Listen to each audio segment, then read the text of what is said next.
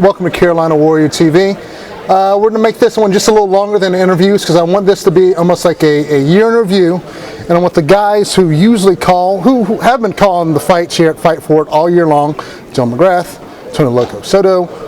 Welcome, guys. You are now the presidents of Carolina MMA. Okay. And I want you guys, this is your State of the Union speech. All right. Usually he gives it like in the spring. Yeah. You are now the president of MMA in North Carolina.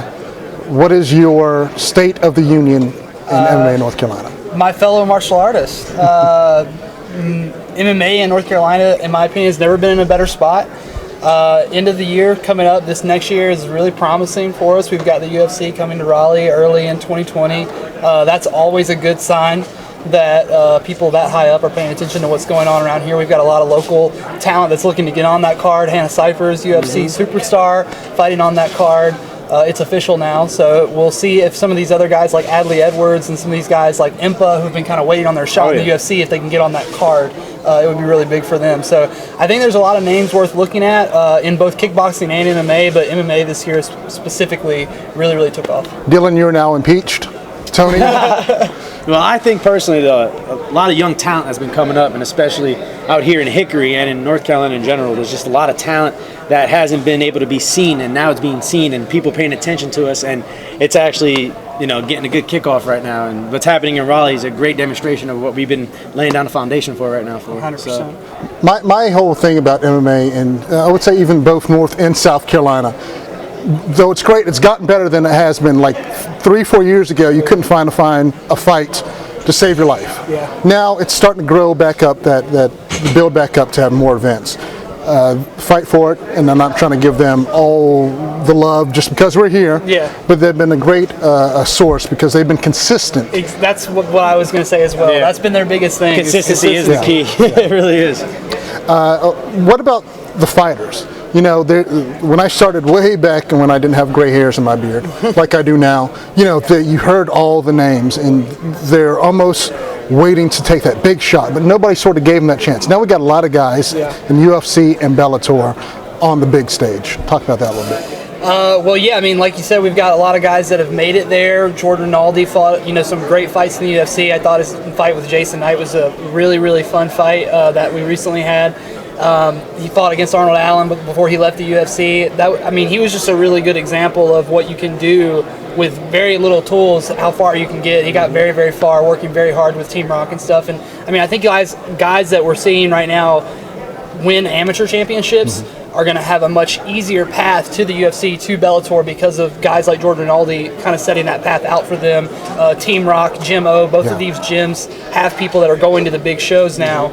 And when these younger fighters kind of get on board with some of the same programs, they can follow the same route. I think guys like Michael Hardman, the Fight For It champion for the Grand Prix this year, once that guy goes pro, it's going to be off to the races for him if he can kind of replicate the success he's had in the amateur division.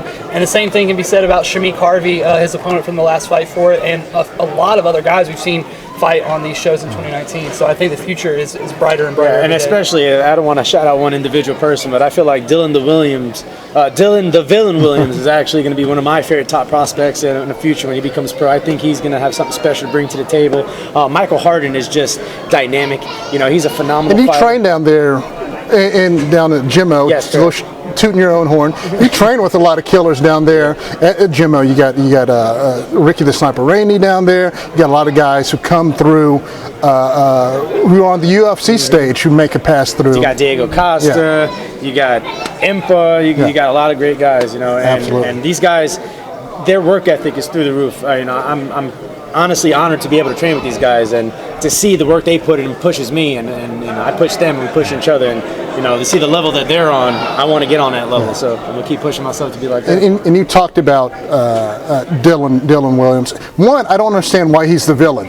The guy looks like almost like he's a little GQ, a little Have you Hollister seen his walk model. to the ring? Yeah, I think it's got a lot to do with his fighting style as well, because he's very. But it's got the hair, he's the cropped extremely hair. tricky It's and pretty hard boy, to huh? hit. Yeah, he's a pretty boy on Facebook, but when you see that man walk to the ring, that's a villain. No, you can see it in his eyes. He's definitely got like that high-level strategist manipulator vibe going on, like Loki or something from Marvel. Like he just is very hard to hit. He's in your face and he's out of your face before you know it. He's got volume. I mean, I just think he's a classic volume striker, and we saw a little bit of his grappling in his last. Bounced back very well. But he's not a villain. He's not a villain. But he could easily be one with some mic time. And I like the kid. I like the kid. You know, the post-fight interviews. I know you've done some interviews with him as well. But you know, the mic time. Villains make money. Look at Colby Covington right now. He's about to get the biggest bring fight it back of his to life. Michael Harden. You know, that kid is so dynamic, and you know he's our Grand Prix champion right now. And to see him actually want to stand up with you, don't care if he's on his back, don't care if he's on the bottom.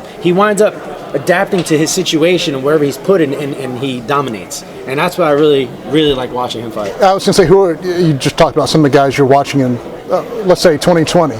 Who are some other guys you think look Dalton for? Taylor. Absolutely. His fight on this card was canceled due to some sinus issues that he was having. But he's a guy who is 4-0 now, looking to get that next win, then looking to win an amateur belt, then looking to go pro.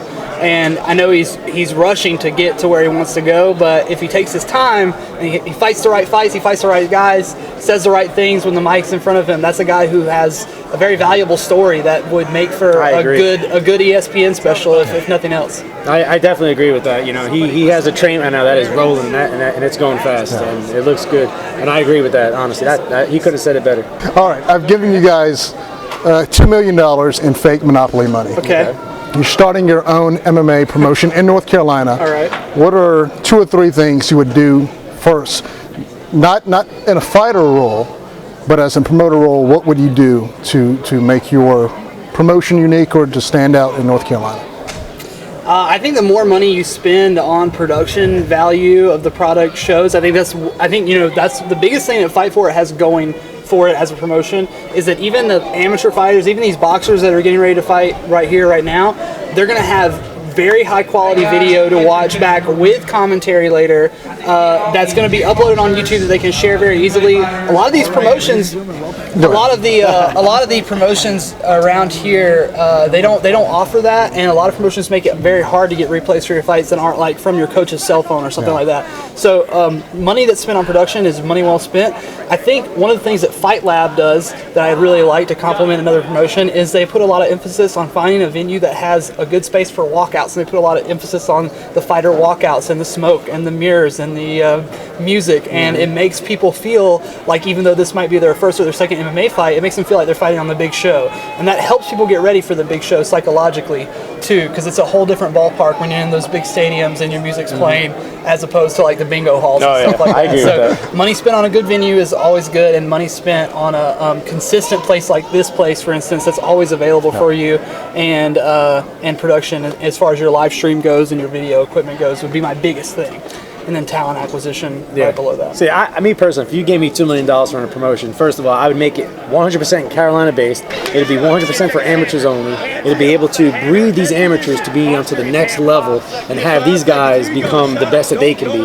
And personally, I'll call it CCF, Carolina Cage Fighters. And I think it'd be amazing. And I already have it in my mind. So it would be like old school, like the wrestling territories. Exactly. It'd be a place where every fighter in North Carolina knows they have a place for amateurs to go to at all times. They don't have to worry about it. And I would also have replacement fighters for people who back out, because I've dealt with plenty of backouts in the last 2 years. I've had over 8 backouts, and I know that feeling of cutting weight, putting all the hard work into it, and then not having to demonstrate what you've been working on, you know. How has, in North Carolina, the boxing commission, which the MMA is under, has changed hands, I think from, correct me if I'm wrong, from the ALE to, I think, the Commerce Department in North Carolina. I don't know if you guys have been following that, all that. How hurtful, stressful has that been to fighters and promotions? Because as we see here, I know about the middle of summer it had a little shakeout with some of the events that happened, but now we're back on track. Of course, this event's going on here tonight. I already seen a couple of promotions for 2020. Yeah. Has that helped well, obviously it's hurt. Well, honestly, it's actually hurt a lot of fighters and promotions because you had lightning fights, which was supposed to happen. Matthew Fleming, who's been a top kickboxer right now in North Carolina, was supposed to fight for his first title, and he's been working really hard for it. And the show got canceled due to the fact that they didn't know if they were going to have a boxing commission or not. Right. And then you had also Vegas Promotions, who did not run the boxing in Charlotte. They actually had to do it in South Carolina. Wow. So there's been a lot of, alternate things that they had to do, and I just think it's sad. I think it hurts in the immediate, but it helps in the long run. The commission, in my opinion, in North Carolina was laughable before compared to other states. The rules that we use are kind of barbaric and archaic. Same day weigh-ins for pros, I think, was terrible. That just ended like a year or two ago. Getting rid of stuff like that is a big reason why the UFC is coming back. So I think that in the long run, we'll definitely see rule changes. We'll see changes in the judging. We'll see better judging, I hope, because I think the judging is terrible for the most part on most of the fights I've called. If you go back and listen to my commentary, I disagree. Yeah, I think the judging is horrible. So hopefully we get better judging. And it's just better all around program if it's ran by the Commerce Department. Hopefully, that's what we'd love to see. Sounds good to me. Yeah.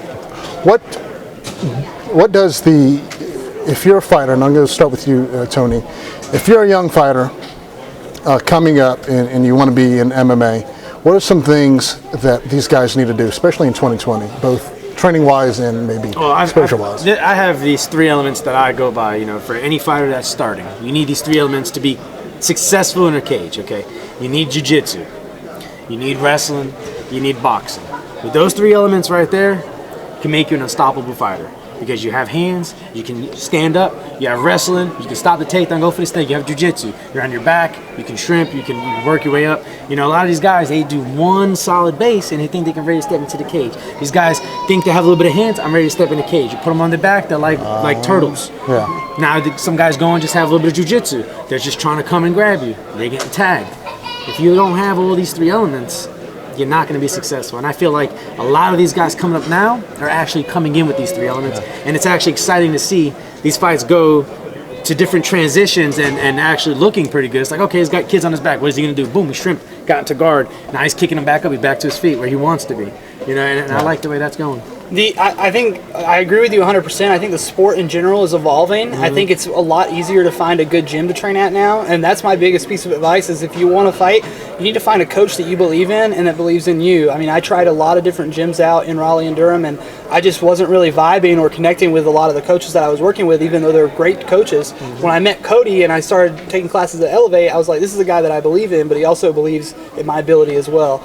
And that can go a long way because being coachable in this sport is very big. But find a gym where people are working every art form consistently on the schedule. One night's boxing, one night's wrestling, one night's strictly grappling, and there's another night where we fuse them all together. That's a great indicator of a complete program at any gym. So I would say finding that, and then learning how to promote yourself on social media should come second. Let's learn how to fight first. Spend your amateur career learning how to fight, and then once you've got 4 or 5 amateur fights on your belt, then you can start worrying about your social media presence, your brand. Some guys are just naturally going to be better at that than others. Some guys come into this from different backgrounds or whatever the case may be, and they're superstars immediately, or they're superstars on their first amateur fight, etc., etc. Yeah, so I agree. Let's win some fights first, and then we'll get to the other stuff. Yeah. Then you can post up things on Facebook. Then you can flex. Just piggybacking on what you said, Tony. If anybody goes back, and this should be posted later on in the week, but if they go back about 2 weeks and go to Ricky Rainey's Facebook, he had a good little paragraph about talking about getting your basics down of striking, jiu-jitsu, all that stuff as an amateur, because when you go pro and you still don't have that good nucleus of having a good base, a good well-rounded presence, and you start losing fights, then you're fighting for the chump change, the $150 to $200 for like show up money, and maybe $300. So he had a good point on there. I don't want to blow his Facebook up too much and random people, but check out that it's just smart. Even doing something like this as broadcasting, webcasting, whatever, you still have to, got to work your way up from. See, people do it, but who wants to get paid to lose? Yeah. You know, There's like, more guys out there like Ricky, like Cody, that have walked these shoes of these young fighters already and can teach them how to do it differently and do it better this time around. So I think as the sport gets older, as these gyms programs get older and they get more of a legacy behind them, the talent that we see debuting at 0-0 is only going to get like a higher and higher caliber of fighter. Yeah, you're right. I mean, we have 2 guys right now on this card. I think we have 3 fights with debuting fighters on each side from 2 of the best gyms, Team Rock, Highest on MMA, Jim O. They all have debuting fighters tonight. I would say that those fighters that are debuting are going to be significantly higher caliber than most 0-0s that you're going to see. Period. I mean, they're just coming from a room where iron is going to sharpen iron. no, you're right. A room full of killers. Yeah, you know? exactly. So I'm very excited to see all of those debut fighters because a lot of them are matched up against each other. So we could be seeing some very potentially 0-0. It's going to be a night of highlights. I guarantee that. I think so. I think so as well. So. Gentlemen, I don't want to waste your voices because you got about 30 minutes till game time here. Yes, sir. So I know you need to warm up and do your vocal lessons that you guys. Me. Yeah, sure, whatever. hot tea Dylan, Thanks, Chaz. Tony, thank you guys very much. Have a good fight. Enjoy the fights.